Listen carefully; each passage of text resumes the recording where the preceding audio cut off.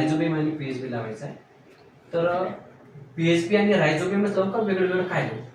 आता पिकानुसार आहे. तुम्हाला सोयाबीन, कॉटन, तूर, आता आपल्या इथे हेच 3 जास्ती आहे मेन पिकं. तर सोयाबीन आणि तुरीला रायझोबियम आवश्यक आहे, कॉटनला ॲझोटोबॅक्टर आवश्यक आहे. हे झालं नायट्रोजनसाठी. आता आपल्याला फॉस्फरस साठी पाहिजे, तर फॉस्फरस आणि पोटॅश साठी तर आपल्याला पीएसबी आवश्यक आहे. पीएसबी तर आवश्यकच आहे, पीएचबी कॉमन आवश्यक आहे. तर पीएसबी तिन्ही याला कॉमन आहे, वेगळं नाहीये. रायझोबियम वेगळं असतं. तर ह्या 2 झाल्या आणि तिसरा घटक आहे ट्रायकोडर्मा. ट्रायकोडर्मा तुम्ही कुठलंही पीक लावा, ट्रायकोडर्मा लावायचाच. आता ट्रायकोडर्मा का लावायचा, तर ट्रायकोडर्मा हा फंजीसाइड म्हणून लावायचा. तर आपण ट्रायकोडर्मा हा ऑर्गॅनिझम आहे म्हणून याला बायो फंजीसाइड म्हणतो, म्हणजे जैविक काय म्हणते बुरशीनाशक. जैविक बुरशीनाशक. जैविक बुरशीनाशक. तर याच्यामध्ये आपलंच एक प्रोडक्ट असं की ज्याच्यामध्ये आपण ट्रायकोडर्मा व्हिरिडी आणि ट्रायकोडर्मा हर्सेनम दोन्ही देतो. एकत्र मिक्स आहे का मग? हा, एकत्र आहे. कारण जिथे व्हिरिडीने रिझल्ट नाही दिला तिथे हर्सेनम रिझल्ट दिला, म्हणजे आपण रिझल्ट वाढवण्यासाठी त्याची ताकद वाढवली. बिलकुल.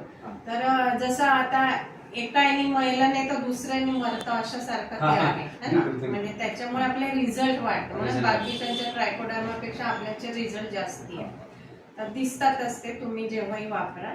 तर आजपर्यंत आता 35 वर्षात एकही फार्मरनी म्हटलेलं नाहीये की रिझल्ट मिळाला नाही. रिझल्ट बद्दल तर मॅडम मी गॅरंटी देतो आणि आपल्या 4 स्टेट मध्ये जातं. हे आपल्या लॅबच्या आहेत. बिलकुल. तर ह्या 3 गोष्टी अतिशय आवश्यक आहे.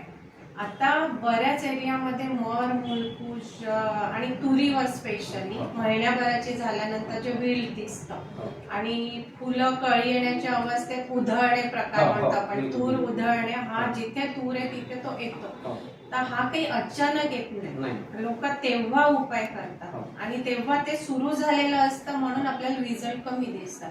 म्हणून सगळ्यात महत्वाची आहे सीड ट्रीटमेंट. सीड ट्रीटमेंट नंतर 1 ते 1.5 महिन्यांनी ड्रेंचिंग अतिशय आवश्यक आहे. तुरीला नेमकं कशाची सीड ट्रीटमेंट? त्याच्यामध्ये ट्रायकोडर्मा महत्वाचं आहे आणि एक मायक्रोबायोमिक्स, हे 2 घटक आहे. पण आता एक लक्षात आलं की काही जण सीड ट्रीटमेंट करावी लागेल, परत ड्रेंचिंग सुद्धा करावी लागेल. नुसतं सीड ट्रीटमेंट केलं म्हणजे चालणार नाही. सीड ट्रीटमेंट मी 1 ते 1.5 महिना छोट्या रोपांना वाचवूनच देतो आणि खूप छान रिझल्ट देतं. तुमचं ते खाडे पडणे ज्याला म्हणतात मध्ये ते अति कमी दिसतात, एखाद्या वेगळ्या कारणाने होणार असेल ते. तर आपल्याला ड्रेंचिंग हे 2 प्रकारे करतात. एक ड्रेंचिंग मी पेरणीच्या वेळेस सांगते. आता त्याचाही फायदा, पेरणीच्या वेळेस ड्रेंचिंग करता म्हणजे तुम्हाला 1 किलो ट्रायकोडर्मात काम होऊन जातं. म्हणजे 1 किलो ट्रायकोडर्मा तुम्ही ड्रेंचिंग करता, त्यातलंच थोडंसं सीड ट्रीटमेंटही लावायचं, त्यातलंच काढून काही वेगळं घेत नाही बसायचं. मग हे 1 किलो ट्रायकोडर्मा तुमचा दर 15 दिवसात दुप्पट होतं तुमच्याच जमिनीत. म्हणजे नंतर तुम्ही बघितलं युनिव्हर्सिटी किंवा बरेच शास्त्रज्ञ आपल्याला सांगतात की 3 किलो वापरा, 4 किलो वापरा, म्हणजे 1 किलोच्या वरच सांगितलं जातं. तर मग 1 किलोच्या खर्चातच तुमच्या जवळ 2 महिन्यात 8 किलो ट्रायकोडर्मा तयार जमिनीतच. आता मग तुम्ही म्हणाल की तरी आपण कळी अवस्थेच्या आधी एकदा ड्रेंचिंग करायला लागतो ट्रायकोडर्माचं. ते का करायला लागतो की मधल्या पिरियडमध्ये आपल्या इथे खूपच जास्ती पाऊस येतो, इतका जास्ती की माती पण वाहून जाते बरेचदा. मग माती वाहून गेली तर हे स्पोर्स तर खूप हलके असतात, हे पण जातात. तर हे जातं म्हणून आपण आपलं पीक सेफ ठेवायसाठी आपण म्हणतो की एकदा परत ड्रेंचिंग करून द्या.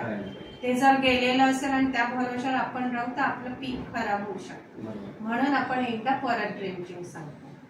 आता त्या पावसाच्या कारण सगळ्या शेती जेव्हाही पाऊस येतो तो 4-5 दिवस जोरदारच येऊन जातो आणि वरचं खरडातल्यासारखं होऊन जातं, ते जाताना दिसतात. तर हे सगळं वरच्या थरातच वाढलेलं असतं, वरच्या 6 इंचाच्या थरात. तर मग तसं परत आपल्याला धोका होऊ नये म्हणून आपण एक ड्रेंचिंग शेवऱ्यावर येण्याआधी करायला. आणि हे 2 जिथे केलं जातं तिथे तूर वाढते तर सुंदरच, प्लस तुमचं फुलं एवढे आलेले दिसतात की तुम्हाला दुरून पिवळी तूर दिसते.